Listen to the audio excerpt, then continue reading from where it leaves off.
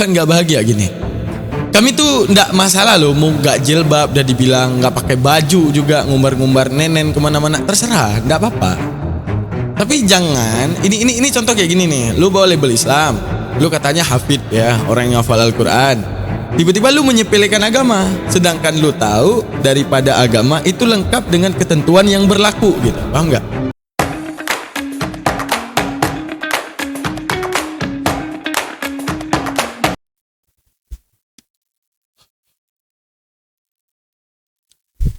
Teman-teman sekalian, Kumailah Hakimah dengan segala ide konyolnya. Nah, ini yang paling enak untuk kemudian kita bahas. Kenapa?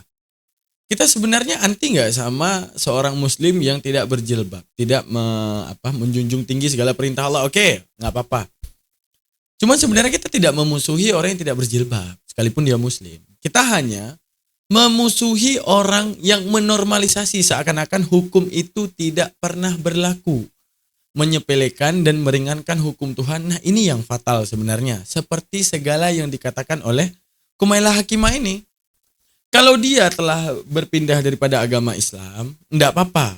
Mungkin dia sedang berapologetika untuk menunjukkan kebobrokan Islam dan kemudian saya patut untuk menjawab.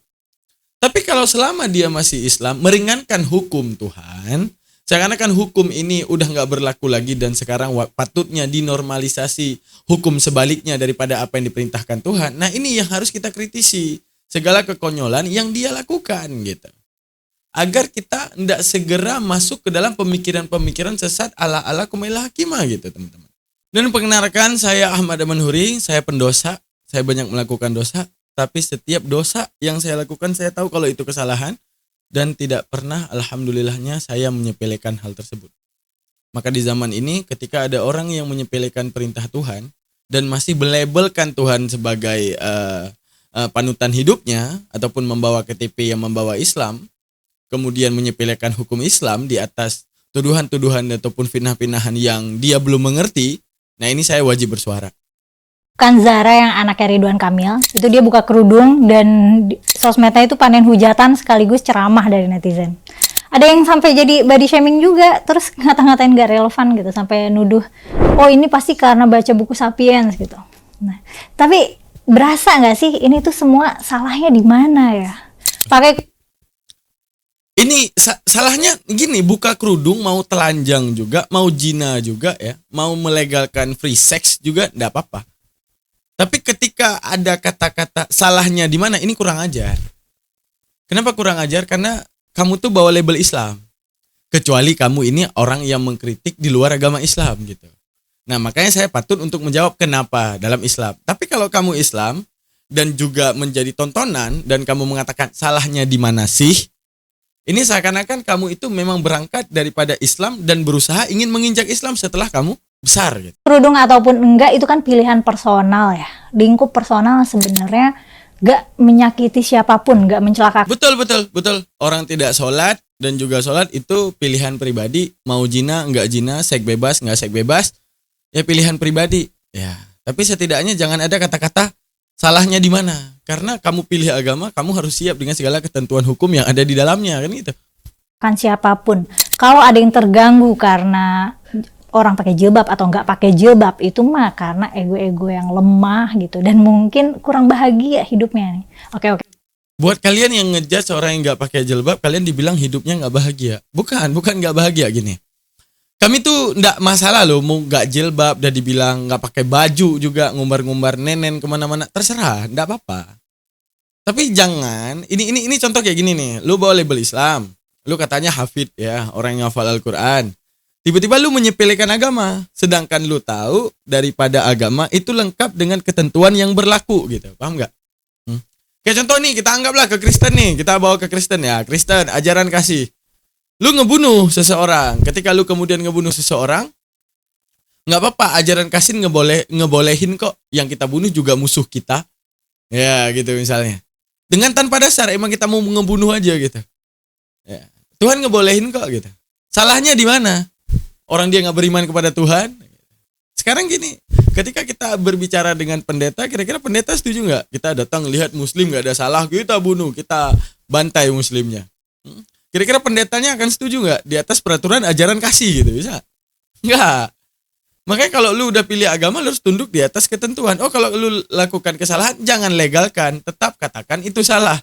Tapi ketika lu berani buka suara seakan-akan itu ndak salah, nah ini kurang ajar namanya. Ya, aku nggak julid, tapi seriously apa dampaknya bagi peradaban manusia gitu, bagi bumi ini gitu.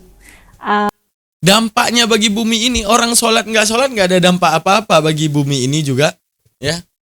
Namun masalahnya kalau kamu udah pilih Islam, kamu harus tunduk di atas ketentuan itu. Ya, dia tanya nih, orang nggak pakai jilbab apa dampaknya bagi bumi ini? Nggak ada dampak. Sama seperti orang zina nggak zina, kawin nggak kawin. Kawin sama zina hakikatnya sama, bertemu kelamin. Cuma bedanya kawin aturan agama, sedangkan zina larangan agama. Tapi ketentuan ataupun keberlakuan sama. Sama-sama kelamin perempuan bertemu kelamin lelaki. Satunya dengan adat dinamakan kawin, satunya tanpa adat disebut zina gitu. Ya, bisa ditangkap di sini. Berarti artinya poin pentingnya itu adalah aturan agama. Dengan lu bawa label agama. Ketika lu meringankan hukum agama, lu parah lu gitu. Atau bagi perekonomian. Bagi perekonomian mungkin ada dampak ini ya, bisnis kerudung terdampak. Tapi kan tinggal shift ke fashion produk yang lain gitu. Bukan ke bisnis kerudung, tapi lebih kenapa lu sepelekan hukum gitu. Sedangkan lu bawa label Islam gitu. Nah kalau kamu perempuan nih, dan misalnya kamu happy pakai kerudung, ya pakai gitu. Kalau mau buka ya buka gitu. Ya kan, maksudnya kenapa nggak bisa sesimpel itu gitu? Karena kerudung. Kalau pakai, kalau buka yang buka. Ini maksudnya apa? Sesepele itu kah hukum agama?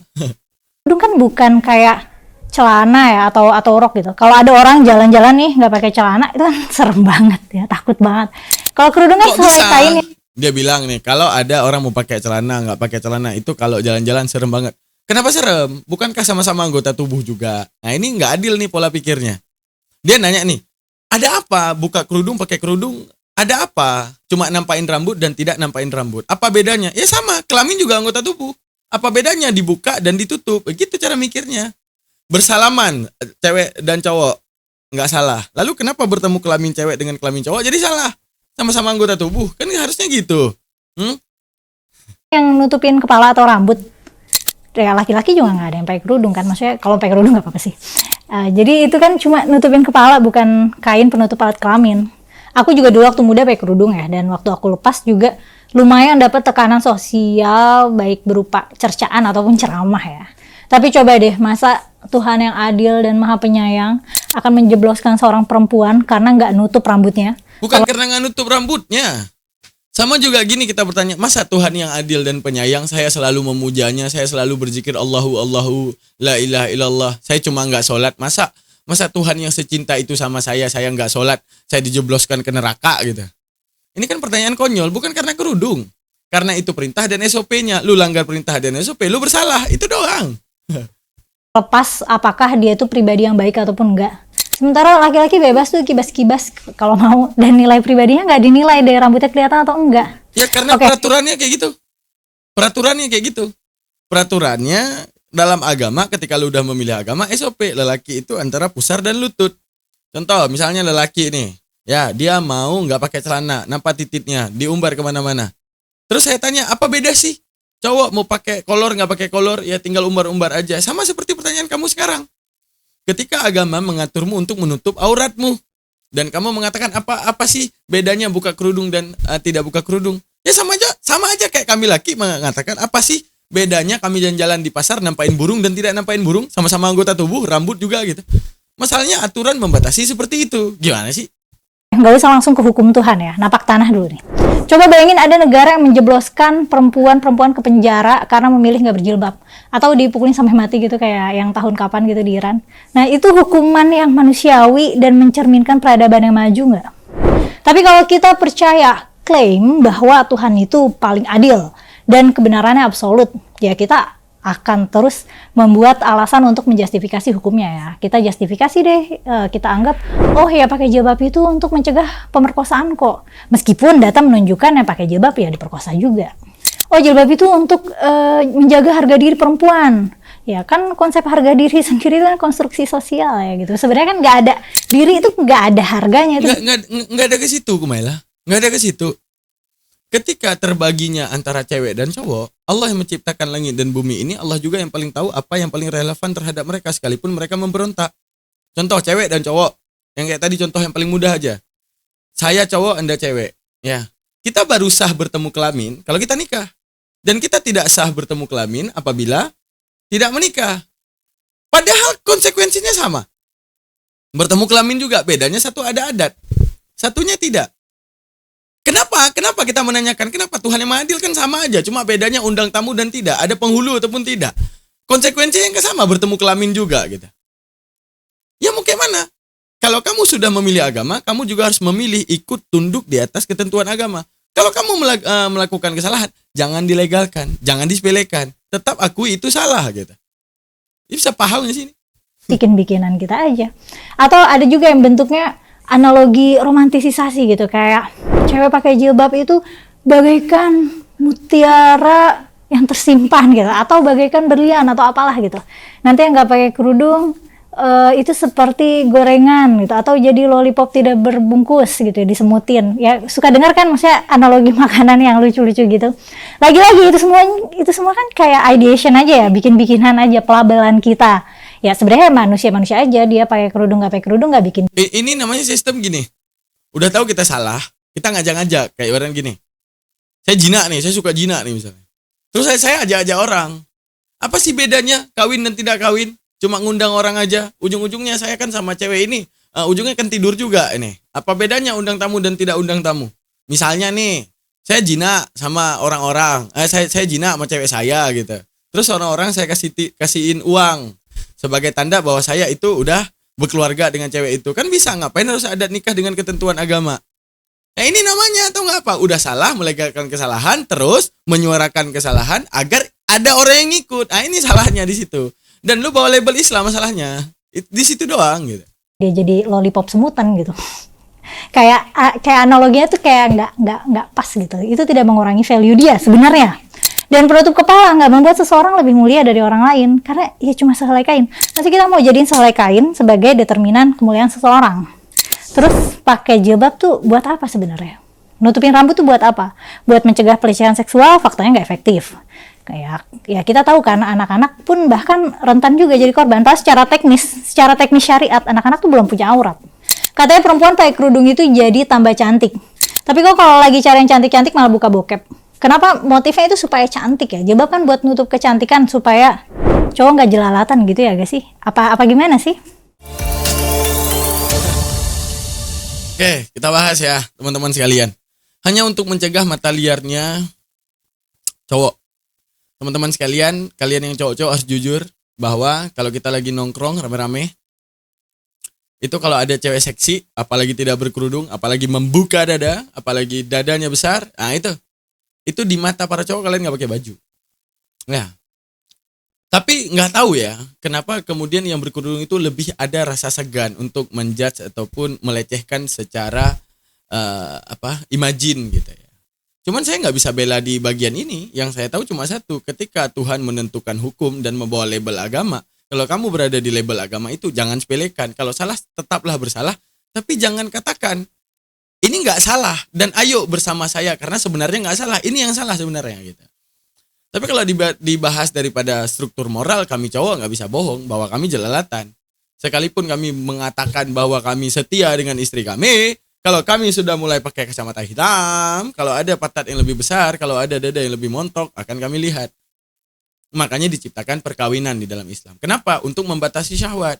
Karena dengan liarnya syahwat lelaki di luar, maka dia butuhkan istrinya. Karena mohon maaf kata-kata saya, kita cowok ini kalau udah cop, udah selesai ejakulasi, udah keluar, nah ini rasa ingin itu hilang. Makanya diadakan pernikahan. Pernikahan itu untuk membatasi syahwat.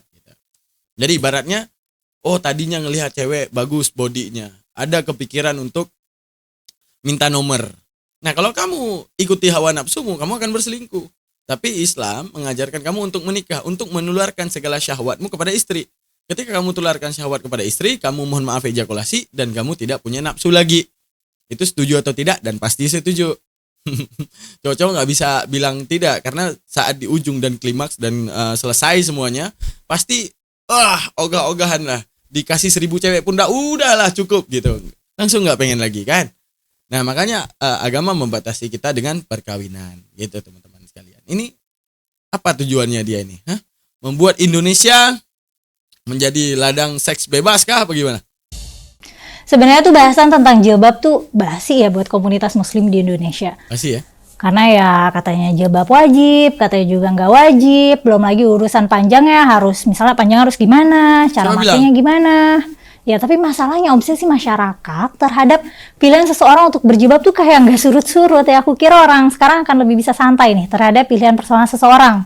Aku jadi kepikiran apakah masyarakat yang suka menggunjing orang lain, yang menggunjing orang asing bahkan, menggunjing karena hal-hal personal kayak misal buka jilbab, itu apakah contoh masyarakat yang secara kolektif nggak puas sama kehidupannya sendiri ya, jadi projecting gitu. Tapi ini tebakan liar aja ya, nanti tanya sama psikolog. Oke. Bukan gitu, Kumaila, bukan gitu. Saya suka lihat body kamu sekarang, saya suka gitu. Karena saya cowok, saya suka dengan rambut kamu, saya bahkan suka dengan baju kamu gitu. Saya suka, karena saya cowok, nggak bisa saya bantah itu. Ya. Tapi di balik hal tersebut, saya juga paham bahwa kamu beragama Islam, di situ yang salahnya, tahu nggak? Ya, salahnya karena kamu beragama Islam. Dan ini kamu tahu sebuah ketentuan dan hukum Islam. Kita berbicara dengan dalil wajibnya. Oke, dalil wajibnya. Dalil wajibnya jilbab ketika kakaknya daripada Aisyah, siapa namanya? Sarah ya? Siapa namanya? Pergi ke rumah Rasulullah. Selesai masa haidnya dengan baju tipis dan tidak berjilbab. Kata Rasulullah, apabila telah selesai haidmu, maka yang boleh nampak ini dan ini. Hada bihada, ini dan ini, kata Rasulullah. 2 biji, apa? Telapak tangan dan muka. Selebihnya tidak boleh. Artinya ini bukan jilbabnya. Auratmu disuruh tutup. Kamu nggak mau nutup pakai kain, nutup pakai semen juga nggak apa-apa. Kamu mau pakai helm, mau pakai semen, mau pakai kantong kresek, yang penting itu aurat ditutup. Itu kata Rasulullah. Yang boleh nampak ini dan ini, kata Rasulullah. Tergantung kamu. Mau dicor rambutnya, mau dipakein apa kertas semen, plastik Indomaret, silahkan kamu gitu. Tapi ketika kamu menyepelekan hukum Rasulullah, ya kamu seakan-akan menentang hukum Islam yang menjadi label kamu sekarang. Kamu boleh seperti ini, syarat keluar Islam dulu. Ketika sudah selesai keluar Islam, silahkan mengkritik segala hukum Islam. Buat apa sih sholat? Mengagungkan Tuhan kan bisa dengan memuji doang. Oke, kamu di luar Islam. Tapi kalau kamu dalam Islam mengatakan, untuk apa sih sholat? Dengan kondisi kamu tidak sholat. Untuk apa sih sholat? Nah, padahal kita dalam mengagungkan Tuhan dan menyembah Tuhan kan boleh dengan cara apapun.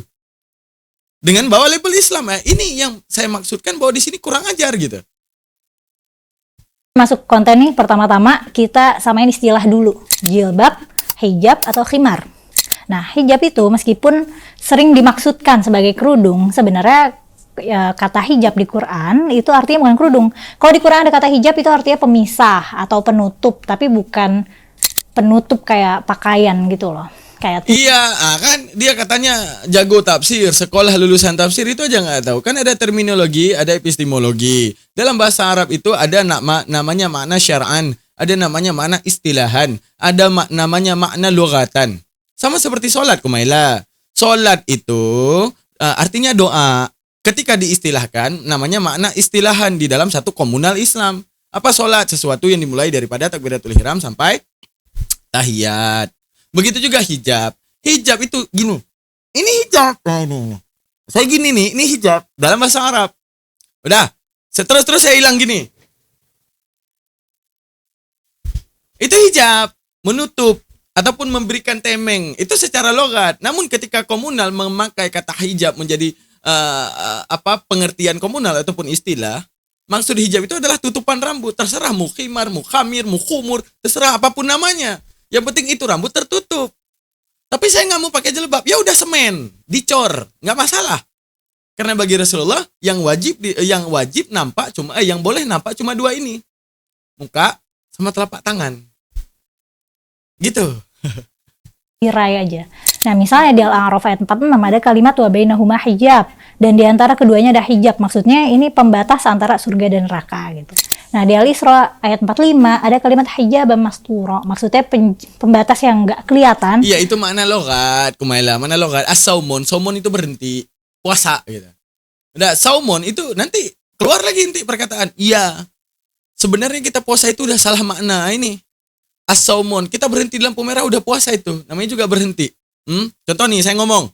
Teman-teman sekalian, Udah puasa ini, saumon, berhenti. Nah, ya itu mana lokat? Setuju, umumnya makna, serapan makna as-saumon. Tapi ketika menjadi istilah komunal, yaitu Islam, as-saumon ataupun as-siyamun menjadi puasa. Artinya menahan segala sesuatu yang membatalkan puasa gitu. Begitu juga hijaban. Ini ditulis dengan makna logawi ya ini. Ini hijaban ini dengan makna logawi, bukan dengan makna istilahi gitu. Antara Nabi dan orang kafir. Terus di surat Maryam ayat 17 ada kalimat fattakhadat min dunim hijaban gitu. Maksudnya hijab tirai yang nutupin ibu Maryam ketika melahirkan. Masih banyak lagi ayat yang ada kata hijabnya tapi artinya nggak pernah kerudung. Sementara itu jilbab emang kata yang dipakai di ayat benar. Karena itu makna istilah. Ekos, nomos, domos, kratos. Ketika jadi ekonomi kan nggak ditinjau lagi. Mana ekos apa, nomos apa, domos apa, kratos apa. Kan nggak ditinjau lagi ketika menjadi demokrasi gitu. Jadi ada domos, kratos, demokrasi. Beda artinya. Cuma diserap dari kata-kata itu gitu. Gimana sih? perintah berjilbab. Al-Ahzab ayat 59 ada ayat yang artinya wahai Nabi tolong sampaikan ke istri-istri kamu, ke anak perempuan kamu dan ke perempuan beriman lainnya, yudnina alaihinna min jalabibihin, pakai jilbab untuk menutup seluruh tubuh. Nah, jalabib ini adalah bentuk jamak dari jilbab ya. Nah, terus mungkin kamu pernah dengar nih orang nyebut kerudung dengan kata khimar. Jadi khimar itu adalah selendang yang udah ada dan dipakai dari sebelum Islam datang ya. Maksudnya emang fashionnya di sana begitu. Nah, biasanya disangkutin di kuping, terus dikebelakangin, jadi dadanya terekspos. Nah, itu namanya khimar. Makanya istilahnya khimar di Quran itu bunyinya waliyadribna bikhumurihinna ala juyubihin, julurkan khimar di atas dada. Jadi sebelumnya tuh orang kalau pakai kerudung dikebelakangin gitu. Supaya lehernya, supaya kalungnya kelihatan gitu. Nah, sekarang kita ngomongin tujuannya nih. Kenapa cewek-cewek di masa itu disuruh berjilbab? Dulu pas zaman Nabi tahun 600-an abad ke-7. Kakus itu belum kayak toilet modern kayak sekarang. Tempat kakus tuh berjarak sama pemukiman. Jadi kalau misalnya cewek-cewek kebelet nih malam-malam, mereka jadi ke tempat kakus gelap-gelapan. Dan karena belum ada listrik kan ya, jadinya gelap gitu. Dan jadi nggak aman. Jadi suka digangguin, bahkan diperkosa gitu. Ya terus turunlah ayat yang memerintahkan untuk pakai jilbab. Katanya supaya ayyarafna fala yu'dzen, supaya bisa dikenali dan nggak diganggu. Dikenali di sini maksudnya adalah dikenali sebagai wanita yang merdeka dan terhormat ya, bukan dikenali sebagai orang Islam gitu. Wah, orang Islam tuh jangan diganggu, nggak gitu. Karena yang nggak Islam juga pakai kerudung. Nah, tujuan utamanya tuh bukan buat identitas sebagai Muslim. Nah, karena kan tadi ya jilbab sebagai pakaian dulunya bukan pakaian eksklusif muslimah gitu. Yahudi dan Nasrani pada masa itu juga ya pakai jilbab juga gitu. Emang fashion culture-nya begitu karena di sana panas. Yang bilang ayat itu dan permintaan Umar itu kan berhubungan dengan permintaan Umar ya. Umar meminta kepada Rasulullah agar turun ayat agar mereka menutupi mereka saat mau keluar ke jamban tadi kan. Itu nggak ada hubungan sama sekali. Sama ayat wajibnya hijab nggak di situ. Ayat wajibnya hijab yaitu ketika Sarah ke rumahnya Rasulullah gitu. Kakaknya Aisyah, bentar saya bukakan. Berarti dia kan sendiri yang membranding dirinya hafid dan membranding dirinya seorang paham tafsir. Lah itu kok tolol. Kenapa hukum hijab dikaitkan masalah boker-bokeran tadi? Nggak ada hubungan itu sama boker-bokeran tadi pakai tutup diri dan itu jadi dalil wajib hijab. Nggak. Ini dalil wajib hijab itu yang ini. Salah saya tadi bukan Sarah, Asma ya. Annal Asma, bahwa sesungguhnya Asma binti Abu Bakar, siapa berarti kakaknya Aisyah, dakhalat masuk kepada rumah Rasulullah sallallahu alaihi wasallam wa alaihi siyabur riqaq. Dia menggunakan baju yang tipis. Fa'arada anha, maka ditegahkan. Arada itu gini. Nah, buang muka Rasulullah. Fa'arada anha Rasulullah sallallahu alaihi wasallam. Ya Asma, wahai Asma, innal imra'ata, bahwa sesungguhnya seorang perempuan iza balagatil mahid, apabila telah selesai haid, lam yasluh laha, niscaya tidak patut baginya ayyura memperlihatkan minha daripada dirinya perempuan illa hadza wa hadza, kecuali ini dan ini. Wa asyara, dan ditunjuk oleh Rasulullah illa wajhi, kepada wajahnya, wa kaifihi. Ini perhatikan kenapa menjadi hukum larangan. Gini, dalam ketentuan usul fiqh itu Rasulullah dapat dilihat daripada pemberlakuan hukum. Apabila Rasulullah memerintah maka wajib. Apabila Rasulullah melarang, itu langsung haram. Apabila Rasulullah diam dengan muka suka, maka mubah. Apabila Rasulullah itu diam dengan muka termenung, maka Rasulullah itu memakruhkan. Karena kalau Rasulullah melarang jadi haram. Nah gitu cara melihat hukum di dalam masalah bab usul fiqh. Nah sekarang gini, Rasulullah bilang lam yasluh, lam yasluh. Langsung dengan kalimat larangan, lam yasluh. Tidak patut dan tidak boleh kepada mereka itu menampakkan kecuali ini dan ini, kata Rasulullah. Wajah dan muka, ini wajibnya jilbab. Tapi bukan jilbabnya yang wajib, kata Rasulullah. Tidak boleh menampakkan. Nah itu umum, terserah artinya. Mungkin di zaman modern orang-orang udah nggak mau pakai jilbab lagi, Kumaila kan misalnya. Enggak lah Bang Daman, aku nggak mau pakai jilbab lagi, aku mau ngecor aja. Ambil semen, aku cor biar nggak capek. Silakan, dicor ya kan, jadi peta gitu kayak bangunan gitu, dikasih candi di ujungnya, nggak apa-apa ya. Atau mau diapain gitu silahkan, mau dicor, mau dipakein kertas bungkus nasi padang, terserah apapun namanya. Rasulullah membicarakan itu secara umum. Kalau Rasulullah bilang pakailah jilbab wahai Asma, nanti orang yang tidak ternama jilbab misalnya khimar ataupun apa namanya istilah fashion modern akan bertanya, oh bid'ah Rasulullah mengatakan hanya jilbab. Takutnya gitu nanti ada golongan-golongan bid'ah kan. Tapi Rasulullah sebut dengan umum. Tidak boleh untuk ayyura, memperlihatkan. Terserah berarti cara kamu untuk tidak memperlihatkan gitu. Aduh ya Allah. Ancur. Kayaknya saya harus sering-sering reaksi si Kumaila ini. Karena kita harus nampakkan ke penonton. Coba kita lihat penonton apa. Wis. Hebat ini wanita, berani menyatakan kebenaran. Kalau agama itu benar harus siap diuji. Emas murni tidak takut diuji, tapi yang palsu takut diuji. Ya. Ini pendukungnya ini kenapa ya? Era di bawah 90-an, Indonesia jarang berhijab. Tapi keadaan baik-baik saja dan berjalan alami seperti adanya dan kelihatan natural. Iya, benar. Benar, silahkan tidak berhijab, silahkan berzina, silahkan seks bebas. Tapi masalahnya ketika kamu membawa label Islam dan kamu mengatakan bahwa kenapa salah sih? Ini masalah gede, men. Di situ doang, karena bawa label Islam aja, di situ gede. Silahkan melakukan kesalahan. Urusan kamu dengan Allah dengan setiap kesalahanmu. Tapi jangan sepelekan kesalahan yang di atas tuntunan agama. Dan ini kamu akan masuk dalam bab menista agama itu dari peraturannya gitu. Na'udzubillah. Oke teman-teman, terima kasih banyak. Jangan lupa subscribe, like, dan komen. Jangan lupa titipkan komentar. Kita ketemu di next time dalam penjabaran bersama Ustaz Daman Al-Mantiki. Kita izin pamit undur diri. Jangan lupa titipkan komentar. Subhanakallah wa bihamdika asyhadu an la ilaha illa anta astaghfiruka wa atubu ilaik. Assalamualaikum warahmatullahi taala wabarakatuh.